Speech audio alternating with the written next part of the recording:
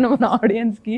And మీరు కూడా same అదే కొన్నిసార్లు ఈ నెపో కిడ్ ఈ పదాలు ఎక్కువగా స్టిల్ వింటూ ఉంటాం. అది జస్ట్ ఏదో నెగిటివ్గా అనాలి టైం పాస్కి పెడతారని అనిపిస్తుందా మీకు, లేదా నిజంగానే అలాంటి సిచ్యువేషన్ ఉంటుంది కాబట్టి అంటారు అని అనుకుంటారా మీరు? బేసిక్లీ పట్టించుకున్నాను అసలు. అంటే మ్యాడ్ ఎప్పుడు నెపో అనలేదండి, మ్యాడ్ స్క్వేర్ ఎప్పుడు నెపో అన్నారు. నాకు అదే అక్కడ కన్ఫ్యూజ్ అయ్యాను. హిట్ పడిన తర్వాత నెపో అన్నారు ఇద్దరు ముగ్గురు, అది కొన్ని ఇంటర్వ్యూస్ లో.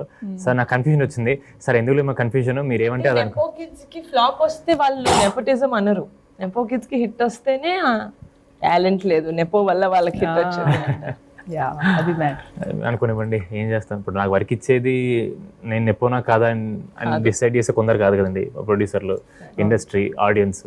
So it's okay. అంటే మనం ఎంత తక్కువ ఆలోచిస్తాం అంత బెటర్ అండి. మనం మనిషికి ఉండే పెద్ద వ్యాధి ఎక్కువ ఆలోచించడం, ఓవర్ థింకింగ్.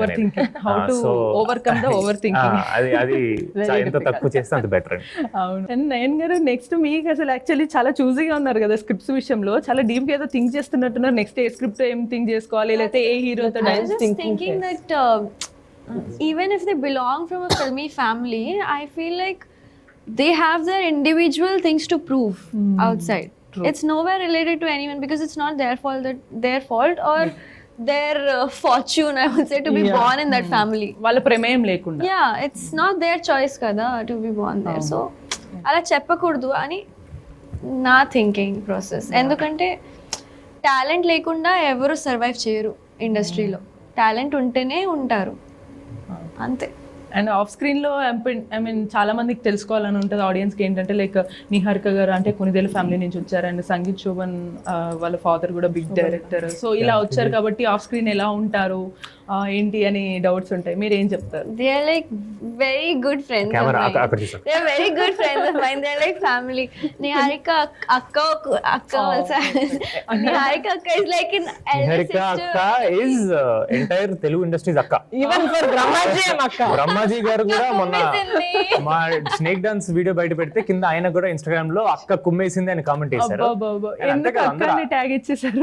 అంటే ఇప్పుడు అనుష్క శర్మ గారు ఇండియాకి బాబీ అయితే ఈవిడ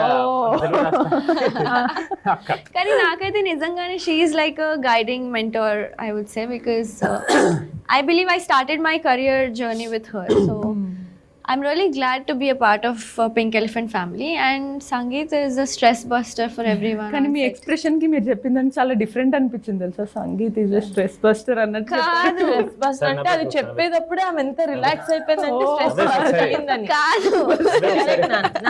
I explain. Yeah, he is like a stress buster to everyone, I would say, and yeah, very good friend. We have a rapport. At least I have a rapport with him which I have not had with anyone else before I have worked with. So it's like he is my best friend. మీకు ఒక dream ఉంటుంది కదా, like తెలుగులో మంచి movies చేస్తున్నాం కాబట్టి ఒక మంచి ఫేవరెట్ డైరెక్టర్తో వర్క్ చేయాలి, లేదా ఈ హీరోతో వర్క్ చేయాలనే డ్రీమ్ ఉంటుంది కదా, మీకు ఎవరితో చేయాలని ఉంది? రాజమౌళి గారు, యాక్టర్ రామ్ చరణ్ గారు.